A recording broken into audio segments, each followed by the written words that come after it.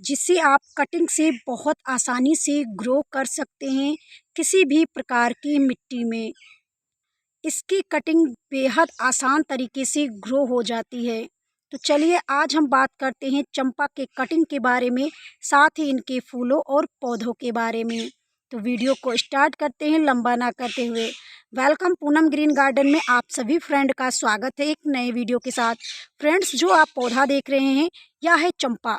चंपा के फूल बेहद खूबसूरत होते हैं, साथ ही साथ ये परमानेंट फ्लावर्स वाले प्लांट हैं। इसकी ग्रोथ भी आप देख सकते हैं, मैंने इसे कटिंग से लगाया है फ्रेंड्स, और बहुत आसानी से इसकी कटिंग ग्रो हो गई। अगर आप चंपा की कटिंग लगाना चाहते हैं तो अभी भी देर नहीं हुई है। अक्टूबर में चंपा की कटिंग को ग्रो कर सकते हैं और बहुत आसानी से ग्रो हो जाएगा।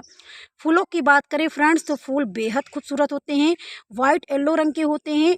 वैसे ये कई प्रजातियों में पाए जाते हैं, कई रंगों में आते हैं, लेकिन मेरे यहाँ वाइट वाला लगा है और वाइट वाला देखने में भी बेहद खूबसूरत है। फ्रेंड्स, अगर इसकी महक की बात करें तो महक इतनी अच्छी है कि आप इसे अगर एक बार अपने गार्डन या गमलों में लगा लेते हैं तो घर में भीनी भीनी सी खुशबू बनी रहती है, परफ्यूम जैसी। तो आप इस तरह के पौधे ज़रूर लगाएं, जिससे घर में ज़्यादा परफ्यूम डालने की भी ज़रूरत ना पड़े और आपको सुगंधित हवा वातावरण मिलता रहे। फ्रेंड्स, चंपा की कटिंग लगाना चाहते हैं तो इस तरह से मोट टहनियों का चुनाव करें, एक ही बार में ग्रो हो जाएगा। एक भी कटिंग आपकी फेल नहीं होगी, चाहे जितनी आप कटिंग लगाएंगे। फ्रेंड्स, अगर आप इसे गमले में लगाते हैं तो इसमें रूटिंग लाने के लिए हार्मोन्स का उपयोग ज़रूर करें, चाहे शहद लगाएं, एलोवेरा लगाएं या फिर हल्दी लगाएं। हल्दी से क्या होता है फ्रेंड्स कि जब आप पौधे लगाते हैं तो मिट्टी में फंगस होते हैं, दीमक होते हैं, तो लगने का जो चांस होता है हमारे पौधे में वो नहीं रहते, तो इसलिए हल्दी का प्रयोग किया जाता है। एलोवेरा का काम होता है एनपीके जैसे इसमें खाद पाए जाते हैं, माइक्रो न्यूट्रिशन पदार्थ पाए जाते हैं, जिसकी वजह से हमारे रूट जल्दी से निकल आते हैं। अब हम बात करते हैं शहद की, तो शहद में भी यही खासियत होती है। इसीलिए जब भी आप कोई कटिंग लगाते हैं तो रूट्स वाले हार्मोन्स ज़रूर लगाना चाहिए। अगर आप मिट्टियों में लगाते हैं तब भी आपको लगाना चाहिए, लेकिन मैंने नहीं लगाया था क्योंकि मेरे यहाँ बरसात हो रही थी। मैंने उसी समय इसको कटिंग ला करके ऐसे मिट्टियों में लगा दिया था और ये कटिंग तैयार हो गई। आज लगभग 1.5-2 महीने हुए हैं और इसकी कटिंग तैयार हो गई है फ्रेंड्स। अब मैं इसे गमले में शिफ्ट करने वाली हूँ।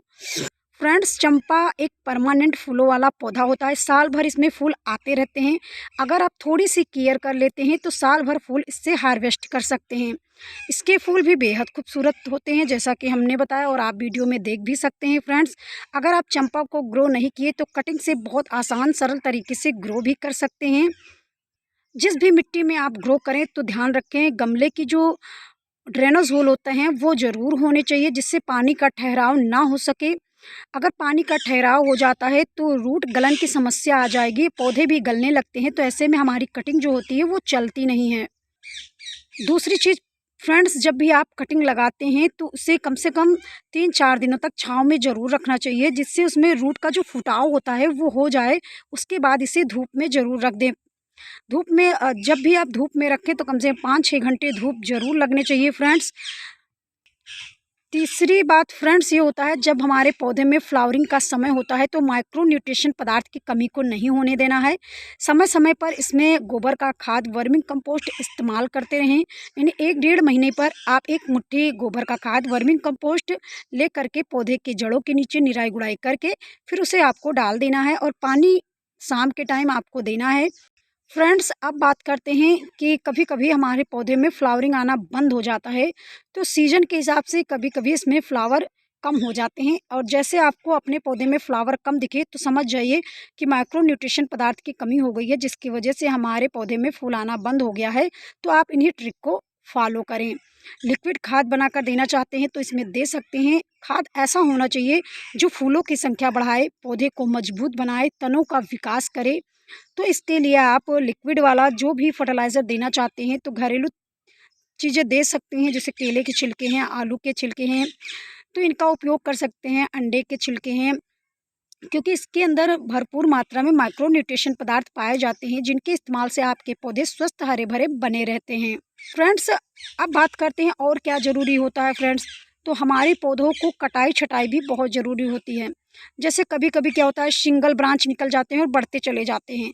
अगर आप पौधे की छटाई नहीं करते तो ये पौधे बढ़ते चले जाते हैं, नए ब्रांच नहीं निकल पाते।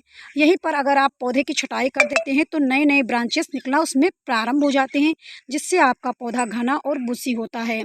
तो समय समय पर इसकी प्रूनिंग भी करना चाहिए फ्रेंड्स, क्योंकि मिट्टियों में लगा होता है तो यह एक पेड़ का रूप ले लेता है। अगर आप गमले में लगाते हैं तो हमें पेड़ नहीं चाहिए, बस केवल हमको फ्लावरिंग चाहिए।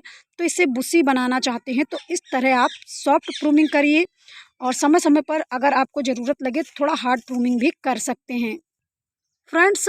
तो इस तरह आप कर सकते हैं। कीटों का जो अटैक होता है वो बहुत कम होता है। अगर आपको अपने पौधे में कीटों का अटैक दिखे तो आपको नीम ऑयल का इस्तेमाल करना चाहिए। सबसे अच्छा ऑर्गेनिक फर्टिलाइज़र है और कीटनाशक का भी काम करता है। तो इस तरह आपके पौधे सुरक्षित बने रह सकते हैं और चंपा की कटिंग को आप ग्रो कर सकते हैं। बहुत अच्छे फूल आते हैं। इसी की एक प्रजाति और पाई जाती है जिसे नाग चंपा के नाम से भी जाना जाता है। उसकी जो पत्तियां होती हैं आगे से फन की जैसी होती हैं, जिसके कारण उसे नाग चंपा कहा जाता है। फ्लावरिंग भी उसकी बहुत सुंदर होते हैं और खुशबूदार होते हैं। तो इस तरह आप चंपा की कटिंग ज़रूर लगाइए, अपने गार्डन में ज़रूर लगाइए। ज़रूर होने चाहिए ऐसे फूल जो हमें कई तरह से फ़ायदेमंद हो सके फ्रेंड्स। और एक ख़ास बात बता देती हूँ बेनिफिट के बारे में। अगर आपके नाक में दाने निकल आते हैं तो इसके फूल सूंघने से आपके नाक के जो दाने हैं वो ठीक हो जाएंगे। अगर आप हमेशा फूल सूंघते रहते हैं, महकने वाला कोई भी फूल हो, तो आपके नाक में दाने नहीं निकलेंगे। तो फ्रेंड्स, उम्मीद करते हैं आपको जानकारी बेहद पसंद आई होगी। अगर पसंद आई हो तो प्लीज़ वीडियो को लाइक शेयर ज़रूर करें। मिलते हैं आपको अगले वीडियो में ऐसी ही नई जानकारियों के साथ। तब तक के लिए फ्रेंड्स धन्यवाद।